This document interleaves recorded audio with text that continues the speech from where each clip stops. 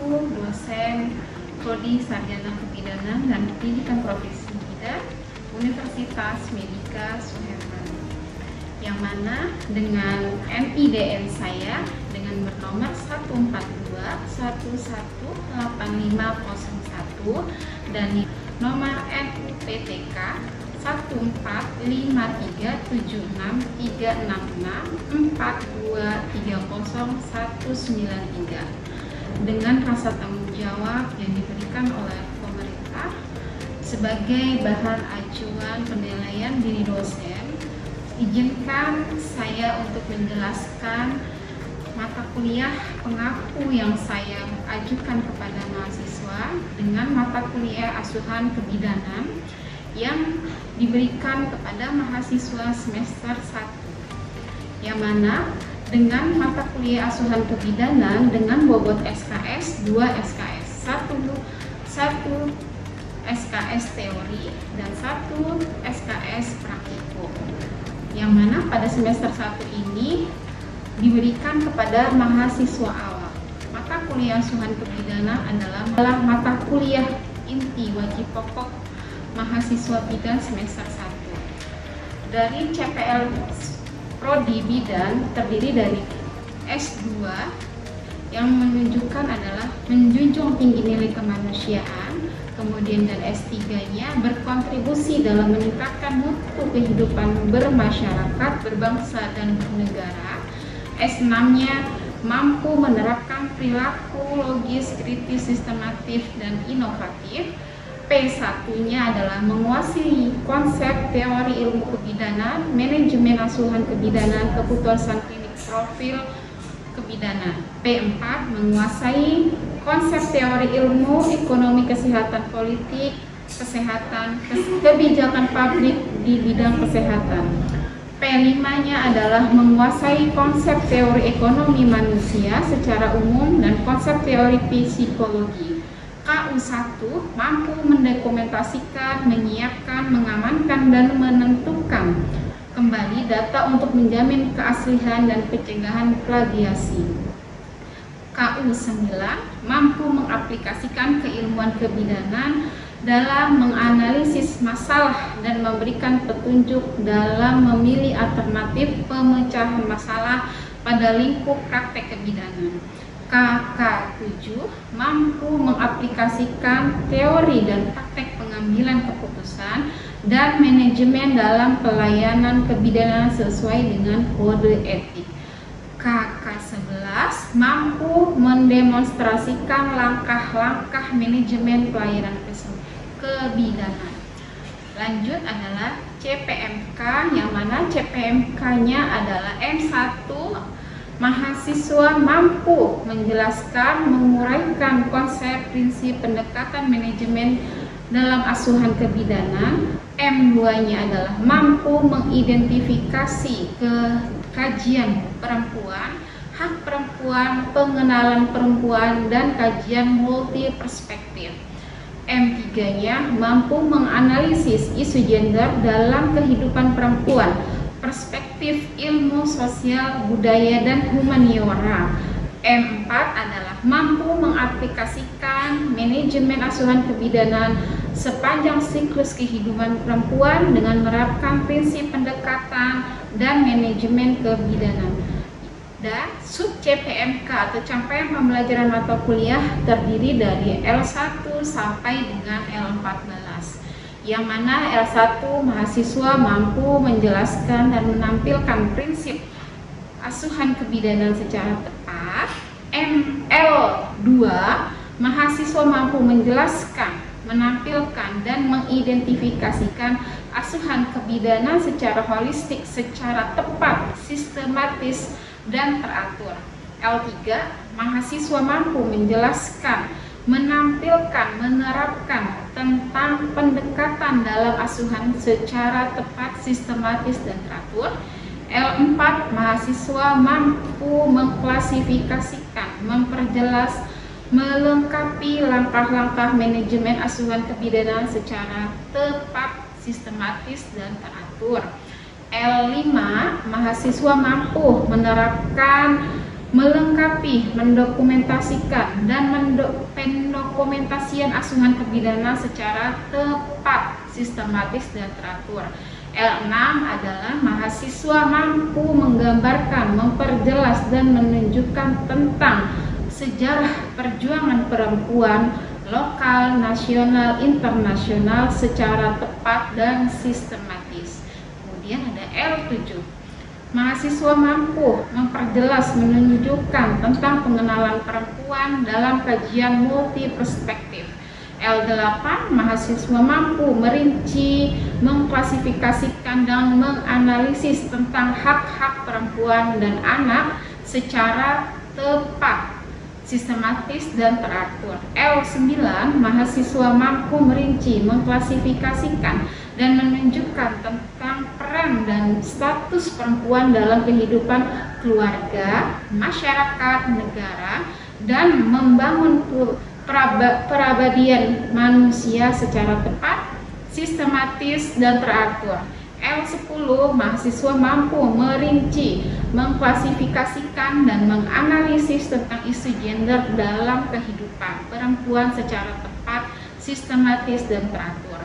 L11, mahasiswa mampu merinci, mengklasifikasikan, dan memperjelas tentang program pemberdayaan perempuan dalam multidimensi dan lintas sektor secara tepat, sistematis, dan teratur.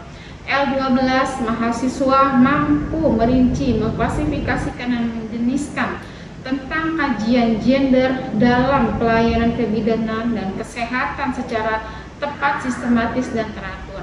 L13, mahasiswa mampu merinci, mengklasifikasikan, dan mengatasi tentang dampak ketidaksesuaian kesetaraan sosial pada kesehatan perempuan, sosial, budaya, humaniora, dan spiritual dalam konteks kebidanan secara tepat. L14, mahasiswa mampu menilai, menunjukkan, dan membentuk status sosial dan dampaknya, etik, gender, dan tipe keluarga, moral dalam bekerja di lingkungan multikultur, praktik kebidanan, sensitif budaya, perubahan, dan dinamika dalam praktik kebidanan. Budaya dalam praktik kebidanan contohnya adalah normality, safety, empowering, engineering, respect secara tepat, sistematis, dan teratur. Kemudian di sini adalah deskripsi singkat tentang mata kuliah, yang mana pada deskripsi singkat mata kuliah tersebut membahas tentang manajemen asuhan kebidanan, model praktek kebidanan, kajian tentang perempuan termasuk peran dan dampak terhadap kesehatan ibu dan anak. Bahan kajian pada materi ini ada 14 bahan kajian, meliputi ada prinsip asuhan kebidanan holistik, pendekatan dalam asuhan, langkah-langkah manajemen asuhan kebidanan, sejarah perempuan, pengenalan perempuan, hak perempuan dan anak, perempuan dan status perempuan dalam kehidupan keluarga dan masyarakat, isu gender dalam kehidupan perempuan, program pemberdayaan perempuan, kajian gender dalam pelayanan kebidanan, dampak ketidaksetaraan sosial pada kesehatan perempuan, status sosial dan dampaknya, dan 14 adalah budaya dalam praktek kebidanan. Di sini ada referensi melalui buku dan jurnal, yang mana pada buku pedoman pembelajaran minimal 10 tahun terakhir dalam penerbitan. Kemudian data pendukung ada beberapa jurnal yang harus dilihat dari beberapa jurnal lain. Kemudian metode pembelajaran ada Microsoft Office, e-kampus, PowerPoint, video pembelajaran, Zoom, dan lain-lainnya. Kemudian di sini ada rincian beban studi, yang mana rincian tersebut ada 2 SKS, 1 SKS teori dan 1 SKS praktikum. 1 SKS teori yaitu sebesar 50 menit dan 1 SKS praktikum adalah 170 menit. Kemudian metode pembelajaran. Metode pembelajaran di sini adalah diskusi kelompok, ada presentasi, ada group discussion, kemudian study case based Kemudian metode evaluasi, tugas 20%, praktikum 30%, UTS 20%, dan UAS adalah 30%. Demikian pemaparan tentang RPS, Rancangan Pembelajaran per Semester Mata Kuliah Asuhan Kebidana. Untuk video selanjutnya kita lanjut ke ruangan pembelajaran. Terima kasih. Assalamualaikum warahmatullahi wabarakatuh.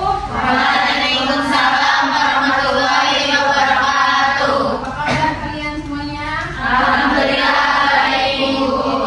Hari ini kita mata kuliah asuhan kebidanan.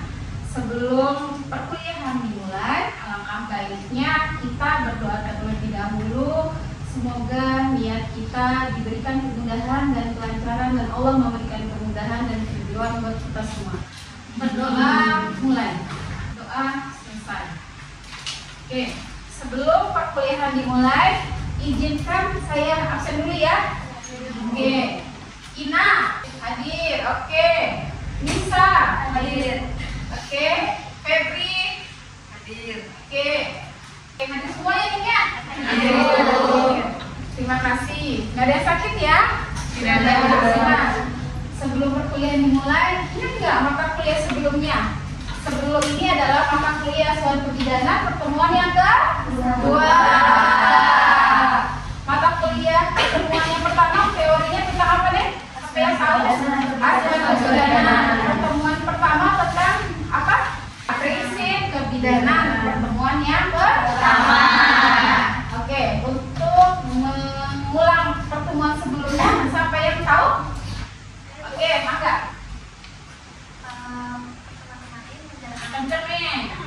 Pertemuan kemarin menjelaskan tentang asal kebidanan, psikologis, emosional, spiritual, serta hubungan internasional antara bidan dan klien. Tujuan utamanya yaitu untuk menjaga keselamatan ibu dan bayi serta menurunkan angka kematian ibu dan bayi melalui pelayanan yang profesional dan berkesinambungan. Prinsip asuhan kebidanan menekankan pentingnya hubungan yang baik antara bidan dan ibu, pemberian pilihan dalam proses persalinan, serta penggunaan seluruh keterampilan dan empati dalam memberikan pelayanan. Oke, terima kasih kepada Neng Eli yang telah rangkum materi sebelumnya. Oke, jadi pertemuan sebelumnya, pertemuan yang pertama kita bahas tentang prinsip asuhan kebidanan. Oke, tadi sudah bagus ya Eli ya. Jadi pertemuan hari ini yang pertemuan yang kedua adalah asuhan kebidanan holistik. Sudah kenal nama Ibu? Sudah. Nama saya Ibu Musmunirah, SSTM Kes. Selanjutnya adalah sudah terlihat? Sudah. Oke. Definisinya ya. Jadi asuhan kebidanan holistik ya. Apa sih yang dikatakan kebidanan holistik? Kebidanan holistik itu adalah menyeluruh. Jadi kalau holistik, bidan itu holistik ya, menyeluruh. Berarti bidan itu merawat dari ibu hamil, ya dari pranikah, ya pranikah, kemudian nikah ya, kemudian dari ibu hamil, ibu bersalin, ibu nifas, KB, bayi baru lahir, premenopause dan lansia. Senang kan jadi bidan? Senang. Holistik adalah menyeluruh, ya, yang terdiri kata holy dan healthy. Pandangan holistik bermakna membangun manusia yang utuh, sehat, seimbang, terkait dengan seluruh aspek dalam pembelajaran. Di sini ada pendekatan holistik, pendekatan asuhan kebidanan yang menyeluruh dan terpadu ya, yang sudah saya jelaskan tadi.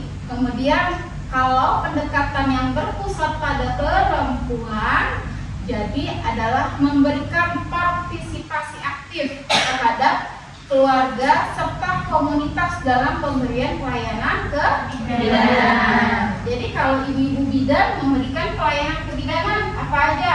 Satu, KB, terus apa lagi? Ibu Patus normal, apa lagi? Imunisasi, apa ibu nih? Ya, jadi seperti itu. Tujuannya apa sih? Memberikan asuhan pemahaman yang menyeluruh ya. Kemudian meningkatkan kesejahteraan fisik, mental ibu dan bayi. Jadi ibu hamil, ibu melahirkan itu harus diberikan motivasi ya agar tidak terjadinya baby blues. Kemudian menghormati nilai dan kepercayaan budaya yang dianut oleh keluarga. Jadi dalam keluarga misalkan menganut pakai misalkan ya pakai angin, ya silahkan. Jadi kita memberikan kebebasan kepada pasien. Sampai sini paham? Kemudian selanjutnya meningkatkan hubungan saling percaya. Bidan harus memberikan kepercayaan kepada si pasien. Pasien pun pasti lebih nyaman kalau kita memberikan pelayanan yang lebih kepada si pasien. Kemudian mendorong kemandirian perempuan dalam pengambilan keputusan kesehatan. Lanjut, contoh asuhan kebidanan holistik. Di sini tadi sudah dibahas. Ada contoh asuhan di kehamilan. Contohnya apa? Pemeriksaan ANC, ya, antenatal, minimal berapa kali? 4. Oke, ya. Kemudian psikologinya, konseling kesehatan ibu hamil, sosialnya melibatkan suami dan keluarga. Budayanya menghormati, ya, menghormati budaya ibu hamil. Kemudian spiritualnya mengajak ibu mendekatkan diri pada Tuhan. Oke, lanjut. Di sini ada contoh asuhan kebidanan holistik. Contoh dalam asuhan persalinan, memberi pilihan posisi miring kanan atau miring kiri atau jongkok ya boleh, atau berdiri atau setengah duduk, tergantung posisi bayi dan posisi ibu, keadaan ibu dan keadaan si bayi. Mengizinkan kehadiran suami ya, jadi kalau mau melahirkan izinkan suami untuk masuk ke ruangan bersalin. Pak, ayo masuk, mau ikut, mau lihat gak istrinya melahirkan? Aja, jangan tidak diajak. Minimal kita sudah menginfokan ke pasien. Tapi kalau ke suami, kemudian memberikan afirmasi positif. Ibu semangat, ibu pasti bisa melahirkan normal ya. Kalau dia ngeluh, istighfar, sahabat tuh dikit lagi rambutnya kelihatan gitu ya. Jadi memberikan, membangun, mensupport ya, support kepada si pasien. Kemudian tidak melakukan intervensi medis, jangan mengintervensi medis ya. Kemudian menyediakan lingkungan yang tenang, rileks. Jadi ruangan bersalin harus nyaman, bersih, rileks ya. Kalau kita nyaman, pasien nyaman, enak nggak beliau pasiennya? Enak. Nah, sampai sini paham? Paham. Ya. Kemudian contoh asuhan kebidanan holistik. Yang ketiga asuhan nifas. Nifas tahu? Sampai tahu nifas tuh? Oke, apa nih? Nifas itu masa setelah dulu. Oke, pinter.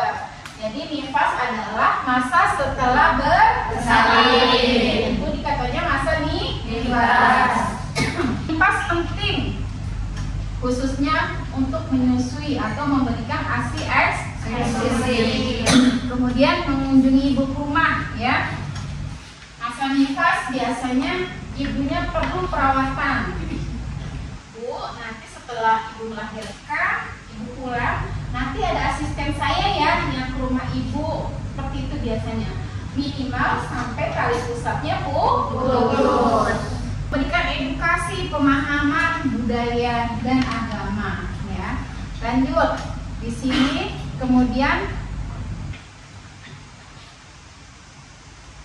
pengobatan holistik. Yang dikatakan pengobatan holistik adalah keterpaduan antara jiwa dan raga dengan metode alamiah yang ilmiah serta ilahi, yang mana tubuh manusia merupakan keterpaduan yang sistem kompleks ya, dan saling berinteraksi satu sama lain. Jadi tubuh kita itu saling berhubungan, saling bertergantungan. Kalau tangan kita sakit, pasti semuanya sakit, benar nggak?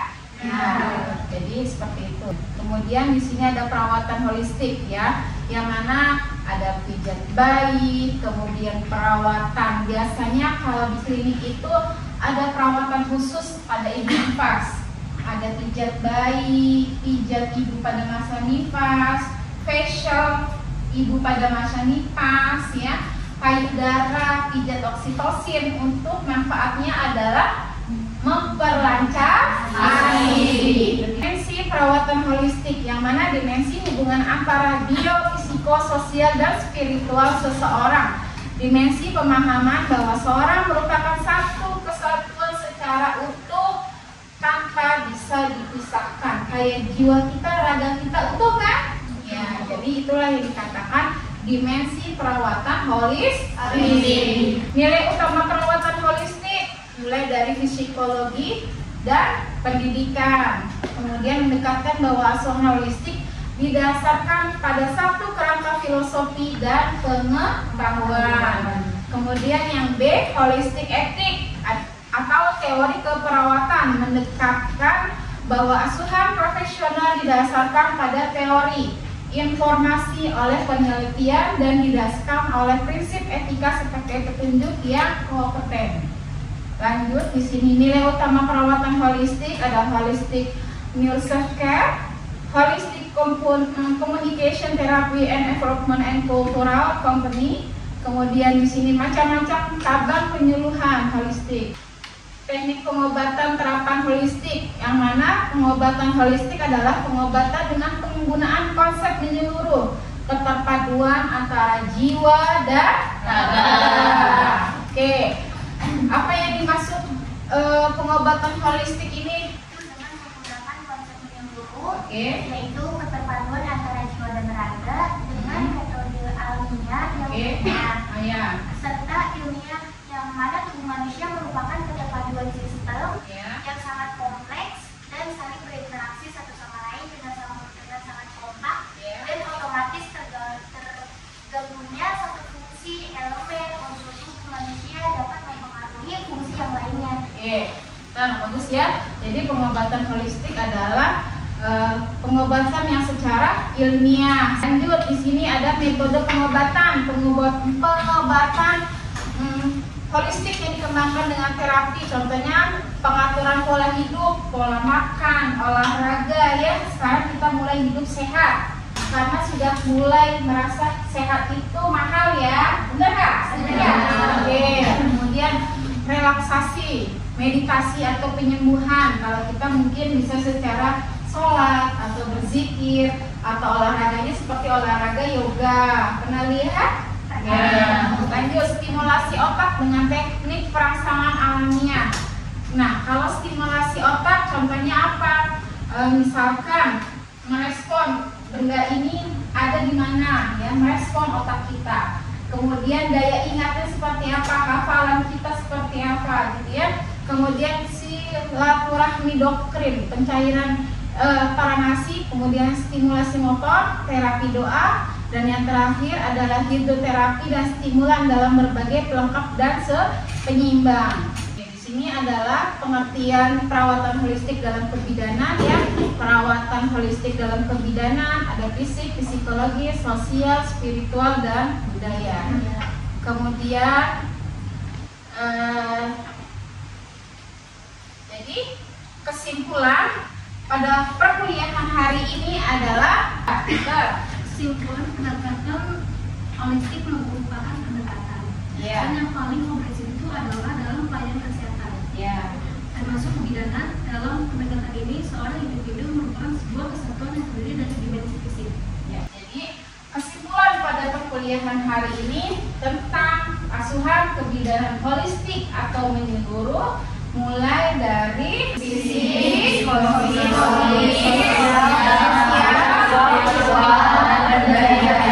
budaya. Yang mana dalam asuhan kebidanan holistik atau menyeluruh dan dalam pelayanan praktek kebidanan, apa aja pemeriksaan apa aja? Antenatal care, kemudian internal care, terus personal dan lain-lain. Oke, ada lagi yang mau ditanyakan? Oke, Peneng. Izin bertanya, Bu, bagaimana cara Bidat memberikan pelayanan penyembuhan holistik secara secara tradisional.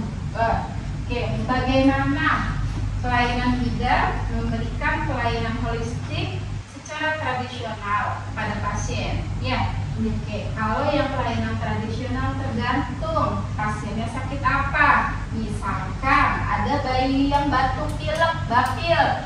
Kita kalau bayi itu riskan untuk diberikan pengobatan ya, karena dia bahan kimia ya. Kalau bisa bayi itu dengan perawatan atau masas dengan cara menawarkan ibu karena bayinya baru 1 bulan, 2 bulan sudah batuk, sudah pilek, mungkin dijemur dulu ya Bu ya dengan matahari atau dengan uap air panas, dikasih bawang merah dan dicampur minyak kayu putih, dicampur air, uap alami. Boleh yang kedua, yang ketiga boleh diuap. Tahu ya uap yang ditilik-tilik itu? Oke, uap.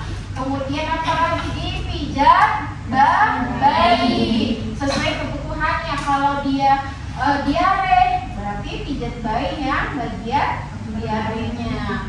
Kalau pijat bayinya batuk, pilek atau panas, bisa melakukan juga bisa dengan cara pijat bayi. Seperti itu untuk yang bayi, karena bayi itu tidak boleh, bukannya tidak boleh, meminimalisir untuk pemberian bahan kimia. Kemudian kalau untuk ibu, misalkan ibunya asinya tidak keluar, ya, berikan pijat oksigen. Kemudian infokan kepada pasien ketika beliau ingin ke klinik atau ke rumah sakit. Ibu hamil ya, ini posisinya jangan lupa membawa buku KIA yang berwarna pink. Kalau ibunya lagi hamil, posisinya tidak bagus, boleh diajarkan tentang senam hamil. Saya ucapkan terima kasih dan satu motivasi buat kita semua, bersyukur dan bangga dengan pilihanmu. Pilihan kalian apa? Nikmati setiap perjalanan dan yakinlah bahwa kamu berada di jalan yang benar. Tetap semangat, calon bidan hebat, masa depan ibu dan bayi ada di tangan kalian. Terima kasih dari saya, cukup sekian. Wabillahi taufiq wal hidayah. Assalamualaikum warahmatullahi wabarakatuh. Waalaikumsalam